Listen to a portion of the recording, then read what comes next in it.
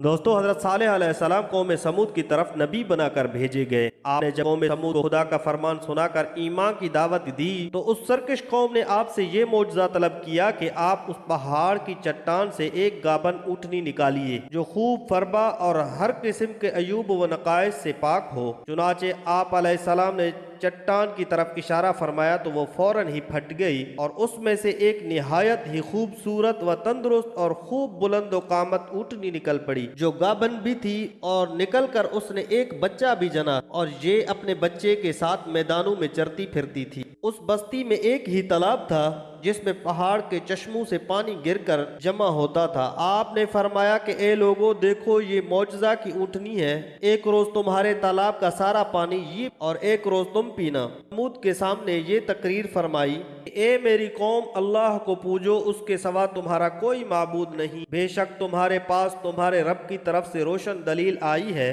یہ اللہ کا ناکہ ہے تمہارے لیے نشانی، تو اسے چھوڑ دو کہ اللہ کی زمین میں کھائے اور اسے برائی سے ہاتھ نہ لگاؤ کہ تمہیں دردناک عذاب۔ چند دن تو قوم سمود نے اس تکلیف کو برداشت کیا کہ ایک دن ان کو پانی نہیں ملتا تھا، کیونکہ اس دن تالاب کا سارا پانی اونٹنی پی جاتی تھی۔ اس لیے ان لوگوں نے طے کر لیا کہ اس اونٹنی کو قتل کر ڈالیں۔ چنانچہ اس قوم میں قدار بن سالف، جو سرخ رنگ کا، بھوری آنکھوں والا اور پستہ قد آدمی تھا، اور ایک زناکار عورت کا لڑکا تھا، ساری قوم کے حکم سے اسے اونٹنی قتل کرنے کے لیے تیار کیا گیا۔ حضرت صالح علیہ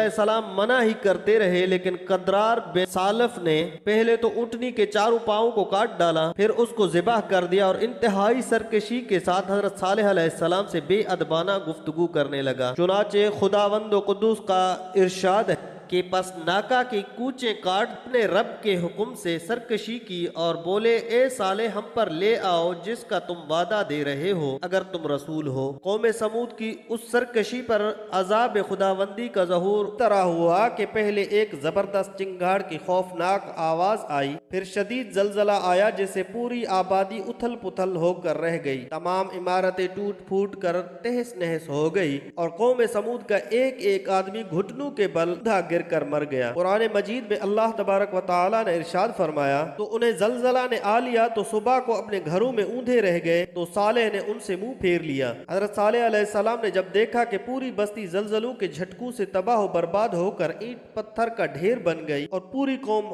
ہلاک ہو گئی، تو آپ کو بڑا صدمہ اور قلق ہوا، اور آپ کو قوم سمود اور ان کے بستی کے ویرانوں سے اس قدر نفرت ہو گئی کہ آپ نے ان لوگوں کی طرف سے منہ پھیر لیا اور اس بستی کو چھوڑ کر دوسری جگہ تشریف لے گئے، اور چلتے وقت مردہ لاشوں سے یہ فرما کر روانہ ہو گئے کہ اے میری قوم، بے شک میں نے تمہیں اپنے رب کی رسالت پہنچا دی اور تمہارا بھلا چاہا، مگر تم خیر خواہوں کے غرضی ہی نہیں تھی۔ دوستو، خلاصہ کلام یہ ہے کہ قوم سمود کی پوری بستی برباد و ویراں ہو کر کھنڈر بن گئی اور پوری قوم فنا کے گھاٹ اتر گئی کہ آج ان کی نسل کا کوئی انسان روئے زمین پر باقی نہیں رہا۔